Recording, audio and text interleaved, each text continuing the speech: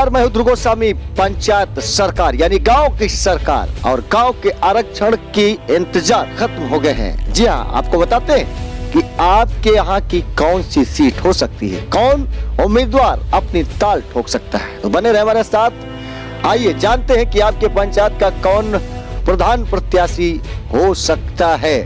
हालांकि इसमें अभी सरकारी मोहर लगना बाकी है। तो बाराबंकी में बीडीसी और ग्राम प्रधान चुनाव का आरक्षण लगभग तय हो चुका है। अब आरक्षण से आप अपने ग्राम पंचायत और क्षेत्र पंचायत के आरक्षण का आकलन आसानी से कर सकते हैं। हालांकि सरकारी मोहर अभी लगना बाकी है, लेकिन अनुभवी और विद्वान लोग इसे अपने अंक गणित में फिट बिठा सकते हैं। आइए आपको बताते हैं कि कैसे आरक्षण होने के संकेत मिल सकते हैं।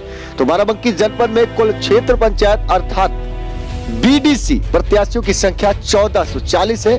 पूरे जनपद में 1440 सीटों पर चुनाव होगा। आपको बता दें, इन 1440 सीटों में 414 सीटें अनुसूचित जाति यानी एससी के खाते में गए हैं, जबकि 383 सीटें पिछड़ा वर्ग यानी ओबीसी के खाते में गई है। वहीं 219 सीटों के लिए महिलाएं और 423 सीटें अनारक्षित रहेंगी, यानी कोई भी।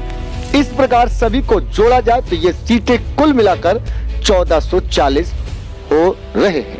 आइए बताते हैं आपको किस ब्लॉक में कितनी सीटें जिनमें चुनाव होगा और किस प्रत्याशी को चुनाव लड़ने का मौका मिलेगा। तो सबसे पहले हम बात करते हैं निंदूरा, देवा, हरख, बनीकोंडर, हैदरगढ़, सिद्धौर और त्रिवेदीगंज। तो यहाँ सर्वाधिक सीटें एससी बनाई गई हैं, यानी अनुसूचित जाति की सीटों पर चुनाव होगा। इसके बाद सूरतगंज, फतेहपुर, सिद्धौर में पिछड़ा वर्ग को तरजीह मिली है, यानी इन ब्लॉकों में ओबीसी अर्थात पिछड़ी जाति के लोगों को चुनाव लड़ने का मौका मिलेगा। इसके अलावा बात करेंगे रामनगर, सूरतगंज, फतेहपुर, निंदोरा, सिरोही, घोसपुर में। तो यहाँ सबसे अधिक अनारक्षित सीटें हैं, बस केवल फाइनल हरी झंडी मिलने बाकी है। अब आइए आपको बताते हैं कि ब्लॉकवार सीटों के आरक्षण अर्थात रिजर्वेशन के बारे में आपको समझाते हैं और आकलन आप करिए। तो रामनगर में कुल 90 सीटें हैं, जिसमें 18 सीटें एससी हैं यानी अनुसूचित और 24 सीटें ओबीसी यानी पिछड़ी वर्ग के लिए, 16 सीटें महिलाओं के लिए हैं, जबकि 32 सीटें अनारक्षित यानी पीसी के लिए भी। इसी प्रकार सूरतगंज की बात करें तो यहाँ कुल 111 सीटें हैं, जिसमें 16 सीटें एससी के लिए, 29 सीटें ओबीसी के लिए, जबकि 22 सीटें महिलाओं के लिए हैं और 44 सीटें अनारक्षित की गई हैं।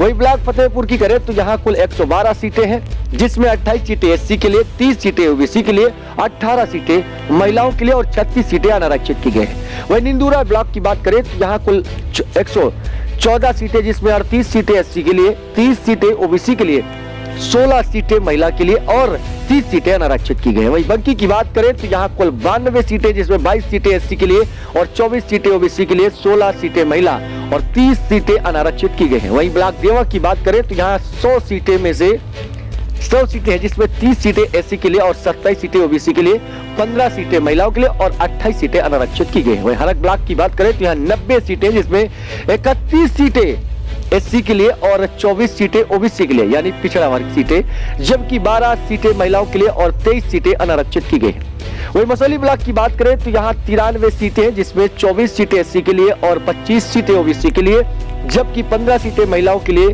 और 29 सीटें अनारक्षित की गई हैं। दरियाबाद ब्लॉक की बात करें तो यहाँ 86 सीटें हैं, 28 सीटें एससी के लिए, 23 सीटें ओबीसी के लिए और 12 सीटें महिलाओं के लिए, जबकि 23 सीटें अनारक्षित की गई हैं। वही बनीकोंडर की बात करें तो यहाँ कुल 105 सीटें, जिसमें 35 सीटें एससी के लिए और 28 सीटें ओबीसी के लिए, जबकि 14 सीटें महिलाओं के लिए और 28 सीटें अनारक्षित की गई हैं। वही पूरे निर्णय की बात करें तो यहाँ पर भी 66 सीटें कुल है, जिसमें 16 सीटें एससी के लिए, 17 सीटें ओबीसी के लिए, जबकि 11 सीटें महिलाओं के लिए और 22 सीटें अनारक्षित की गई है। वहीं हैदरगढ़ की बात करें तो यहाँ कुल 93 सीटें, जिसमें 33 सीटें एससी के लिए और 25 सीटें ओबीसी के लिए, जबकि 12 सीटें महिलाओं के लिए और 23 सीटें अनारक्षित की गई हैं। इसके अलावा बात करेंगे त्रिवेदीगंज की तो यहाँ 89 सीटें हैं, जिसमें 33 सीटें एससी के लिए, 24 सीटें ओबीसी के लिए और 11 सीटें महिलाओं के लिए, जबकि 21 सीटें अनारक्षित की गई। वैसे इंदौर ब्लॉक की बात करें तो यहाँ कुल 108 सीटें, जिसमें 41 सीटें एससी के लिए, 32 सीटें ओबीसी के लिए और 13 सीटें महिलाओं के लिए, जबकि 25 सीटें अनारक्षित की गई। वही सिरौली गौसपुर की बात करें तो यहाँ कुल 91 सीटें, जिसमें 21 सीटें एससी के लिए और 24 सीटें ओबीसी के लिए, वही 16 सीटें महिलाओं के लिए, जबकि 30 सीटें अनारक्षित की गई हैं। कुल मिलाकर अब आपको समझ आ गया होगा कि यहाँ महिलाओं को दर्जा देते हैं अन्य लोगों को भी चुनाव लड़ने का मौका मिला है, अर्थात पुरुषों को भी या फिर करीब सभी जातियों के लिए, जिस हिसाब से आरक्षण में बट सकता है। यानी 1440 कुल सीटें हैं। अब कुल बात करें तो 414 सीटें एससी को मिली है, 383 सीटें ओबीसी को मिली है, 219 सीटें महिलाओं को मिली है और 424 सीटें अनारक्षित की गई हैं। वहीं 2015 से अब तक अगर आकलन करें तो 2015 में अनारक्षित सीटें 2021 में आरक्षित की गई, यानी अनारक्षित की गई है। क्षेत्र पंचायत की संख्या 458 से 1440 है, जिसमें अनुसूचित जाति 417 से 414 है, पिछड़ा वर्ग के लिए 388 से 383, महिला 210 से 219 और अनारक्षित 443 से 424 है। अगर आपको आरक्षण समझ आ गया होगा तो इस वीडियो को लाइक करें और अपने दोस्तों को शेयर जरूर करें। धन्यवाद।